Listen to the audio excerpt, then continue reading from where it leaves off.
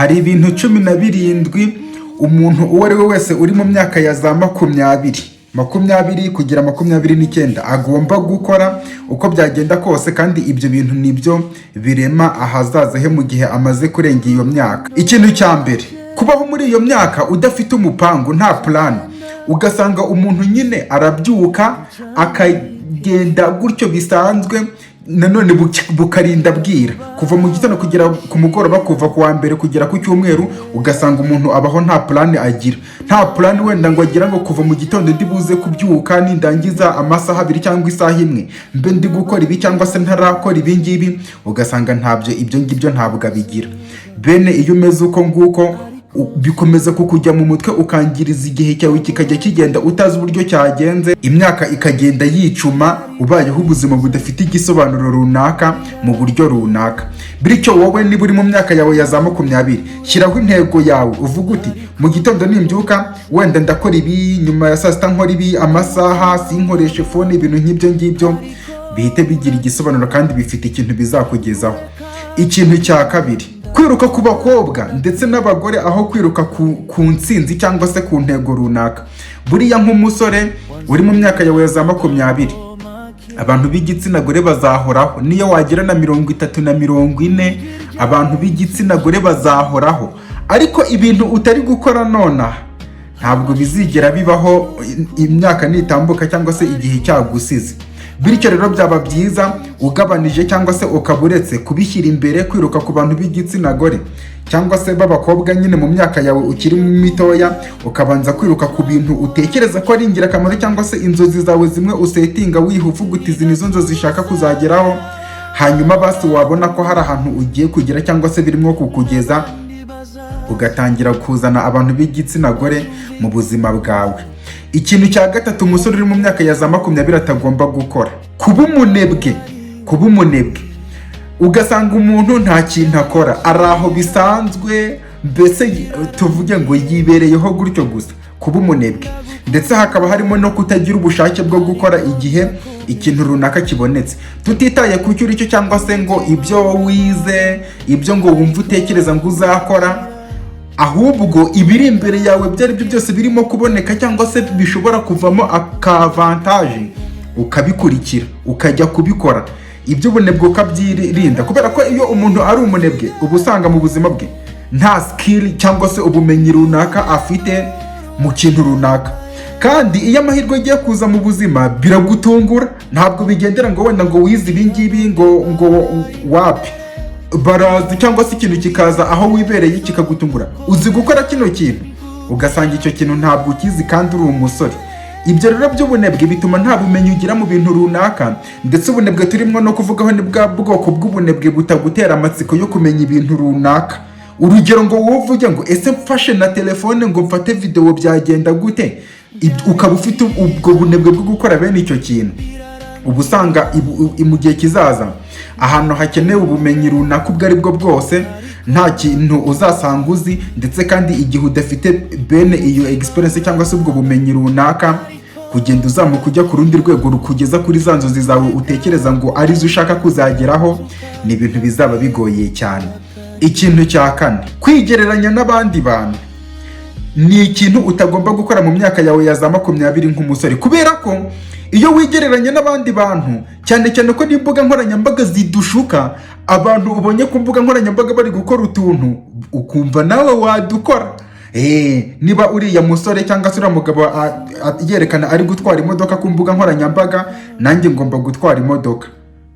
Ibyo bintu byo kwigereranya bituma umutwe cyangwa se bigatuma intego yawe udashobora kuyigeraho, cyane cyane ko ibyo bintu ubonye uri kwigereranyaho n'abandi mutanganya ubushobozi. Bityo ahangaha iyo uretse ikintu cyo kwigereranya n'abandi, uba wowe wanyawe ku giti cyawe, bigatuma ugenda mu nzira zawe zikugeza ku cyo uri wowe, noneho ku buryo n'ikintu ugiye gukora ugikora ari wowe giturutsemo. Ikintu cya gatandatu umusore atagomba gukora mu myaka ya za 20, kwirinda inshingano.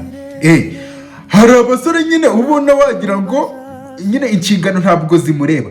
Iyo wageze mu myaka ya za 20 uba wakuze, uba uri mukuru, biba byarangiye.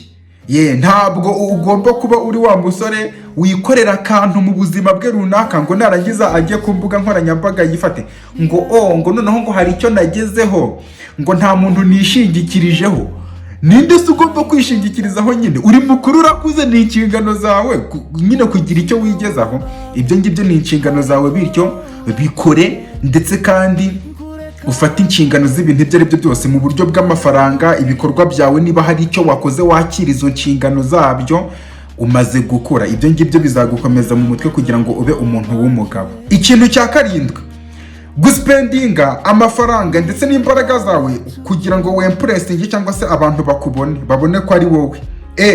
Hari abantu b'abasore mu myaka yabo ya za 20 bashyize imbere cyane ngo uriya mwenda urubyiruko tungana rugezweho mbe nk'ufite, ariko nijoro iyo ugiye kuryama abo bantu nta nubwo nakuzi, buri wowe wenyine.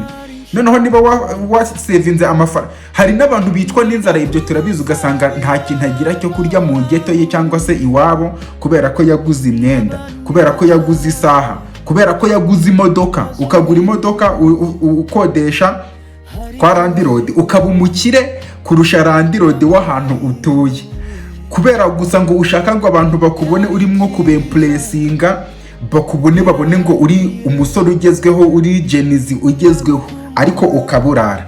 Iyo ni ingeso itazagira ikintu ikugezaho mu myaka yawe ya za 20, ahubwo izagusenya. Kuko numara gukura ukaba umuntu w'umugabo, n'ubundi uzakurana iyo ngeso n'uwo muco wo kujya ukora ibintu kugira ngo abantu bakubone. Ibyo ngibyo rero ntabwo uzaba uri umugabo wuzuye bya nyabyo. Ikintu cya 8, kujya mu rukundo no guteretana bidafite intego.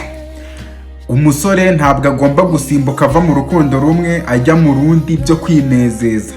Niba uvuze ngo amarangamutima yanjye ngiye kuyashora cyangwa se ngiye guha umwanya umuntu w'igitsina gore by'ibintu by'urukundo, ugomba kubijyamo ufite intego ya nyayo yo kuvuga ngo uyu nguyu byibura muri iyi myaka yanjye ya za 20 reka mbijyemo ndebe ko yazaba umuntu tuzaterana intambwe ijya imbere. Apana kuvuga ngo reka mbe ndi kwinezeza kuri uyu, nimara kumuhaga na Benita arahari, na Diana arahari, na Vespera arahari, na bangeneye bose barahari. Iyo ntabwo ari intego umuntu w'umusore mu myaka ya za 20 agomba kugira, kubera ko iyo ntego izangiriza igihe cyawe, kuko uzarenga muri iyo myaka ya za 20 utazi kujya mu rukundo cyangwa se no guteretana bifite intego ibyo ari byo, usange n'ubundi ukomeje kuba uwo nguwo mu gihe kizaza. Ikintu cya 10, kurenganyiriza ibibazo byawe abandi bantu. Ugomba kubimenya mu myaka yawe ya za 20, ukiga neza ko ubuzima atari ubunyakuri, bityo ugomba kuba responsible, ukakira ubuzima icyo buguhaye, nta kuvuga ngo bino bibazo ubwo mbifite kugira ngo niruhure umutima cyangwa se numve ko njye nta kibazo mfite ngomba kubishyira ku bandi. Ntabwo ari uko nguko bikora, ndetse icyo ngicyo ni ikimenyetso cy'intege nkeya gishobora kuzakuga. Nuko ngo kubera ko ubuzima butari feya kandi kuri buri muntu uwo ari we wese, kuko hari n'igihe usanga babandi uri gushinja ibibazo byawe nabo bafite ibyabo, ndetse kandi babyifatiye mu biganza byabo. Nawe ibibazo byawe byakire, ushake umuti wo kubikemura muri iyo myaka yawe kugira ngo ukomere mu mutwe. Ikintu cya 11, kubipata y'imbuga nkoranyambaga n'imyidagaduro.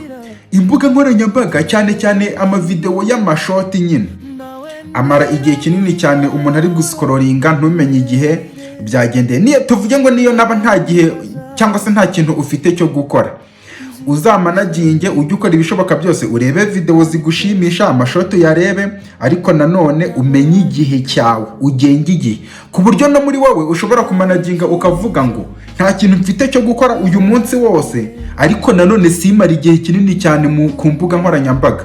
Ushobora kuvuga ngo niba nta kintu mfite cyo gukora mu gitondo ntubyuke ufata telefone, oya ukabyuka ahubwo unywa amazi, ujya muri siporo, utambuka hirya nta telefone ufite kugira ngo ukore akagenda urimo kwitekerezaho. Nubivamo ugende ufata amasaha 2-3, yego uskororinge urebe andi masaha nanone ukore utundi tuntu tutakurangaza, kubera ko imbuga nkoranyambaga zirarangaza cyane kandi ugasanga zikugiza imbata, ukomeje guta umwanya mwinshi cyane nta kintu birimo kukugezaho. Ikintu cya 12, kubura discipline, kutagira ikinyabupfura. Ibyo bintu birangiriza cyane, Kutagira ikinyabupfura ndimo kuvuga harimo procrastination cyangwa se kwirindiriza ibintu ugomba gukora, cyangwa se kutamenya ngo ibintu ugomba gukora, ndetse nanone no kubaha ibintu by'abandi. Ibyo bintu bikugira umuntu uri average bihoraho, bikugira umuntu uhora uciriritse buri gihe, kubera ko nta mahame ugira, nta standard ugira.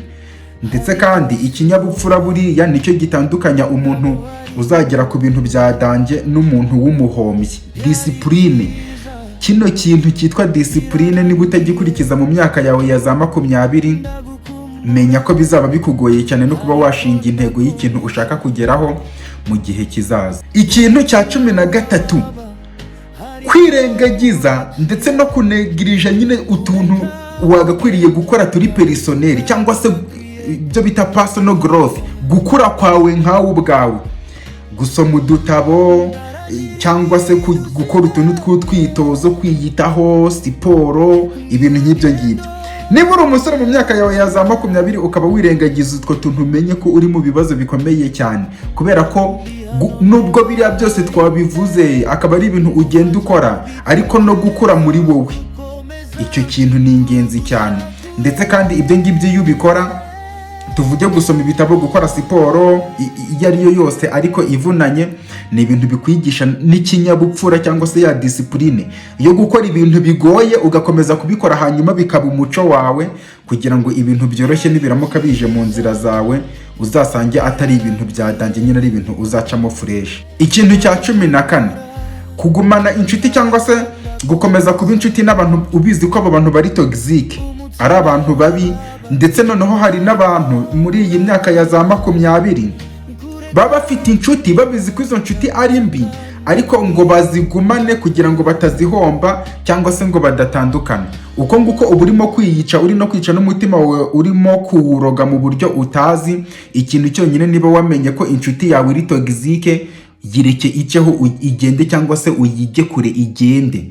Aho ngaho uzaba urimo kurokora ubuzima bwawe, ndetse no kwiga kurekura bya bintu byakabaye bifite agaciro kuri wowe, cyangwa se ufata nka diya kuri wowe by'ingenzi ariko bitagufitiye akamaro. Icyo ngicyo nicyo bikwigisha. Ikintu cya 16, gutakaza igihe cyawe mu bintu bidafite agaciro, nko kujya impaka cyangwa se kugira urwango, intambara zidafite agaciro, cyangwa se nyine intambara zidafite icyo zikumariye. Umuntu yanditse akantu ku mbuga nkoranyambaga, wenda muri comment agusubiza nabi, wumva ushaka kwaka kugira ngo nawe umusubize. Niba wakoze aka video umuntu akakubwira ibintu utishimiye, ukumva nawe ugomba kurwana intambara ikomeye cyane. Ibyo ngibyo ni ibintu utagomba gutaho umwanya wawe, kubera ko ibyo ngibyo iyo ubikora bikugaragaza nk'umunyantege nkeya udashobora kwihanganira utuntu dutoya uhura natwo mu buzima. Ariko iyo wize utwo tuntu kutureka, niba umuntu wenda yagukoreye utuntu turaho tutagize icyo tugutwaye, amarangamutima ntagutware, ahubwo wowe ugakomeza kwigira ku bindi. Wibuke mu buzima buriya kwihorera kwiza ni ugutera imbere kurusha uriya muntu uri kukubona nkaho uri hasi cyane, ndetse ukanamwereka ko utanamwitayeho na gatoya. Ikintu cya 17 utagomba gukora mu myaka yawe ya za 20, gutekereza ko ufite igihe.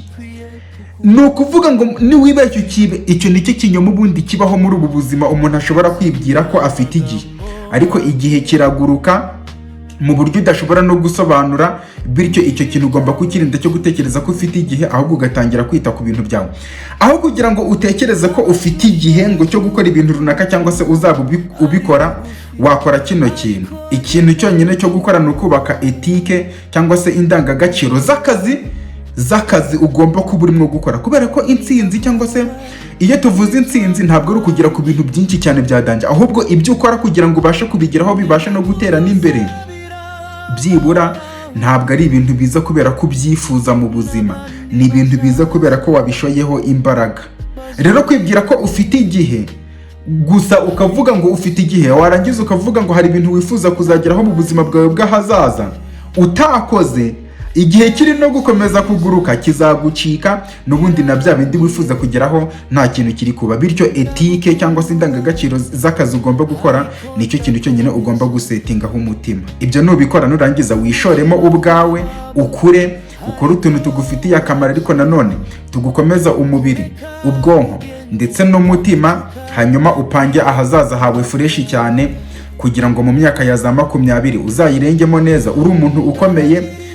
Ushobora no kudatera imbere muri iyo myaka ya za 20 nk'umusore yego, ariko nanone warakoze uko ushoboye kugira ngo ukomere, hanyuma igihe ugeze muri cya gihe cyo kubona amahirwe yo gukomera imyaka imaze kugenda cyangwa se yo kugira ibyo ugeraho, uzakorane wa murava na wa muhate wakuye muri kwa gukora cyane mu myaka ya za 20, kubera ko ingoro nini ikinyiye umuhezo irutwa n'itongo ry'umukunzi.